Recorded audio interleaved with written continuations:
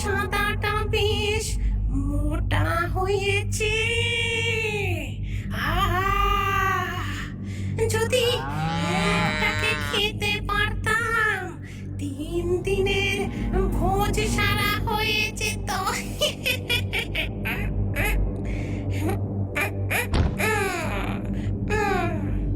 খা খা, বেশি করে খা। আমি তো ভেবেছিলাম গরুরা বুদ্ধু হয়, কিন্তু তোরা তো মূর্খের রাজা। ওহো, আসো আসো সোনা, তোমার জন্য তো আমি বিশেষ পুরস্কার এনেছি। চলো।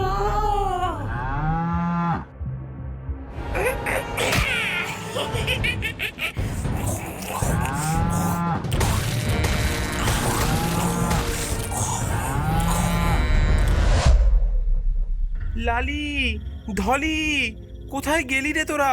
সন্ধে নেমে এলো যে, এবার যে বাড়ি ফেরার সময় হয়ে এলো। হ্যাঁ, এটা কিসের শব্দ? কেউ কেউ জখম হলো নাকি? হ্যাঁ, ওরে বাবা, এই সর্বনাশটা কে করলো? ধলির সঙ্গে তার আরেকটি সঙ্গী ছিল, সেটাই বুঝি আজ শেষ হয়ে গেল। হ্যাঁ, এই আবার কার গরু? এমন শান্ত সুন্দর গরু তো আমি আগে কখনো দেখিনি। যাই, এটাকেই তাহলে আজকে বাড়িতে নিয়ে যাই।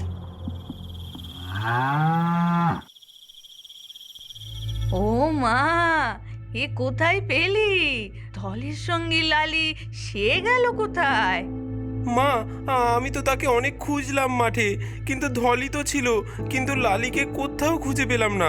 তখন দেখি এই গাভীটা ঘুরে বেড়াচ্ছে। এমন শান্ত গরু আমি আগে কখনো দেখিনি মা। হ্যাঁ, শান্ত তো বটেই। ধর দেখি, একটু হাত বোলাই। ওরে, এ যে কোনো সাধারণ গরু না, সোনার মোহর বেরোচ্ছে যে। মা, এ যে দেখছি ঈশ্বরের আশীর্বাদ, এখন আমরা ধনী হয়ে যাব মা। তাহলে একে মুটে মুটে খাওয়াবো। এ যত খাবে ততই সোনা বেরোবে। কিরে, ভুসি দেখেও খাচ্ছিস না? এতই রূপ আর এতই না কচু তোর, হ্যাঁ? তোকে কি রাজকীয় খাবার দিতে হবে? মা, ও তো নতুন এসেছে, অভ্যেস করতে সময় লাগবে। রাখাল ও তার মা ঘুমোতে চলে যায়। গোয়াল ঘরে রাত আরো গভীর হয়।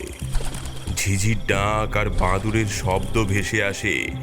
ডাইনি ধীরে ধীরে তার আসল রূপে ফিরে আসে। তার লালচে চোখ জল জল করে ওঠে। আজ নয় ধলি, আজ তোকে মারবো না। এসব খাবার খেয়ে আরো মোটা হ।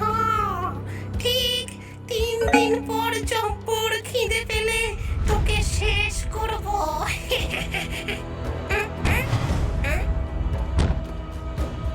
তাজা মুরগি, আহা, এদের রক্ত আর মাংস দিয়েই আজ রাতটা কাটবে।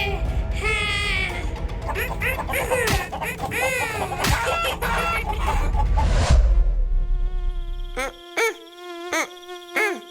ইস, কি মশার উৎপাত রে বাবা! দাঁড়া, এক্ষুনি ধোয়া দিয়ে তোদের শিক্ষা দিচ্ছি। কর্কটলাল নারকেলের ছোবড়ায় আগুন ধরিয়ে খাঁচার সামনে ছুঁড়ে দেয়। ধোঁয়ায় চারপাশ ঘোলাটে হয়ে যায়। ডাইনি হঠাৎই হেঁচে কাশি দিতে থাকে।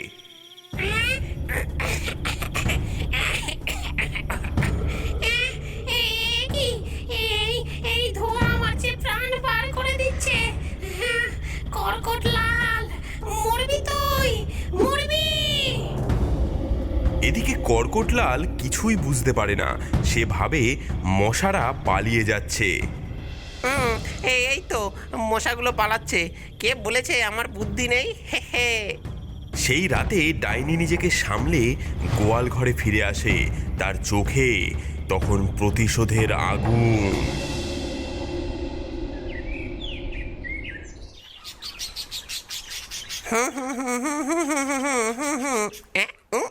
এই নতুন গাভীটা তো একেবারে ঠান্ডা দেখছি, আর লালিকেও দেখতে পাচ্ছি না।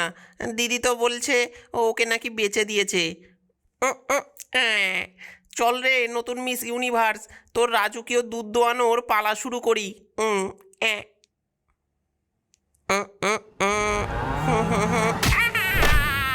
ওরে এ যে গরু নয়, শত্রুর মিসাইল, আমার কোমর যে গেল রে দাদা।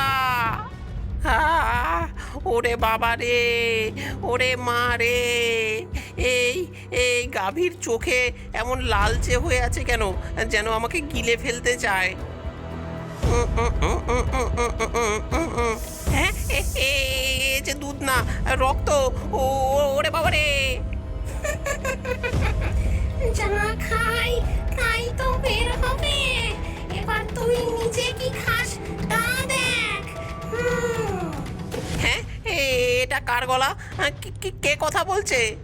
তোর জম। কে কে লুকিয়ে লুকিয়ে কথা বলছে? লুকিয়ে লুকিয়ে কি বীরত্ব দেখাচ্ছিস? সামনে এগিয়ে আয়। গতকাল রাতে আমাকে ধোঁয়ায় মারতে চেয়েছিলি, তাই না? আজ তোকে তার ফল দেখাচ্ছি।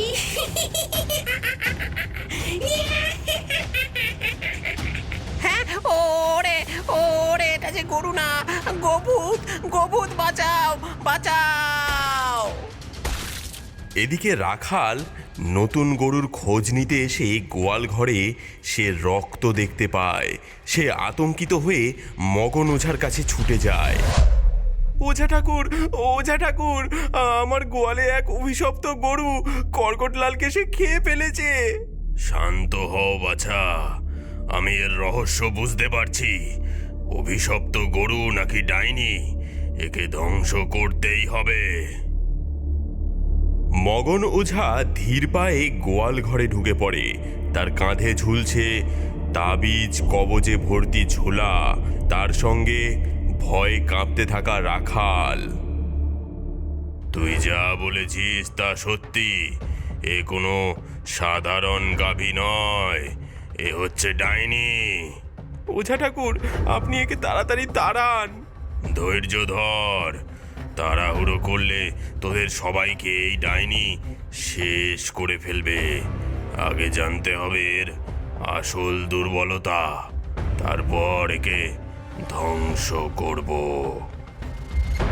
ওহে ওঝা, এত রাতে আমার ঘুম ভাঙাতে এলি কেন রে? তুই কি জানিস না আমিও যে তোদের মতোই নিরীহ? নিরীহ? তুই আর নিরীহ? তুই তো মানুষের সর্বনাশ করতেই এই রূপ নিয়েছিস। ওঝা, তুই এত কষ্ট করে তাবিজ কবজ নিয়ে ঘুরিস কেন? তুই আমার দলে আয়, আমি তোর জীবন ধন ঐশ্বর্যে ভরিয়ে দেব।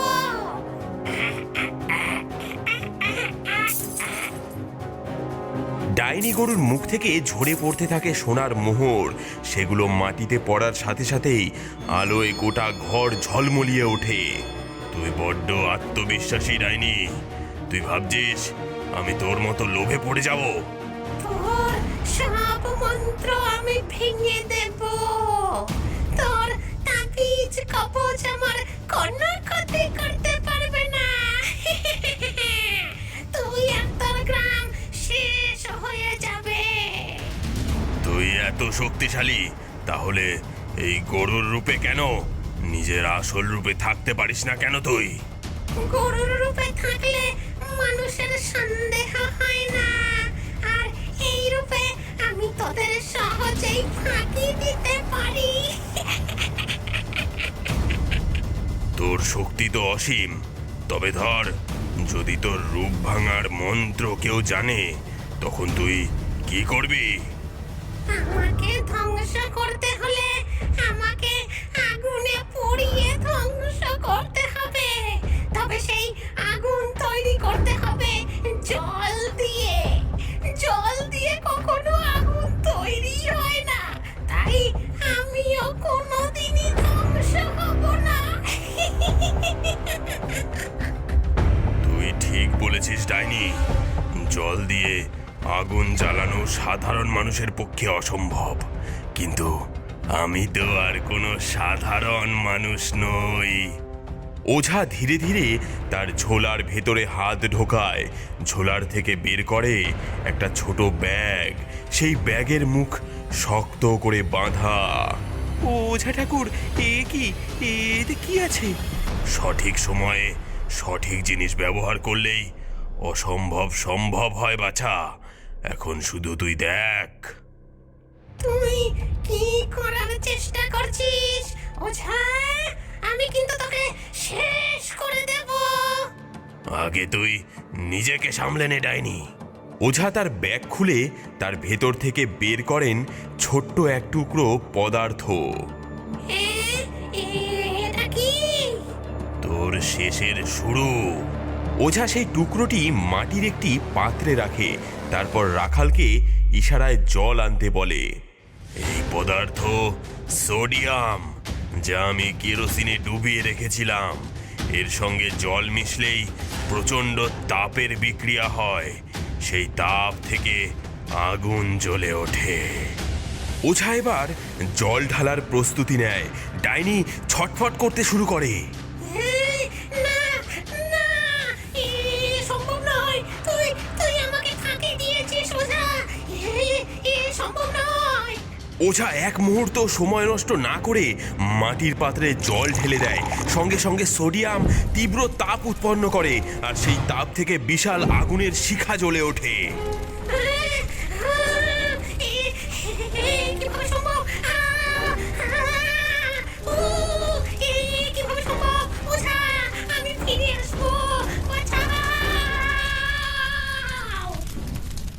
ওঝা ঠাকুর, জল দিয়ে আগুন, এটা তো পুরো ম্যাজিকের মতন। এটা প্রকৃতির শক্তি আর সঠিক জ্ঞানের সঠিক ব্যবহার। মনে রাখিস, জ্ঞান আর ধৈর্য থাকলে যে কোনো বিপদ থেকে মুক্তি পাওয়া সম্ভব।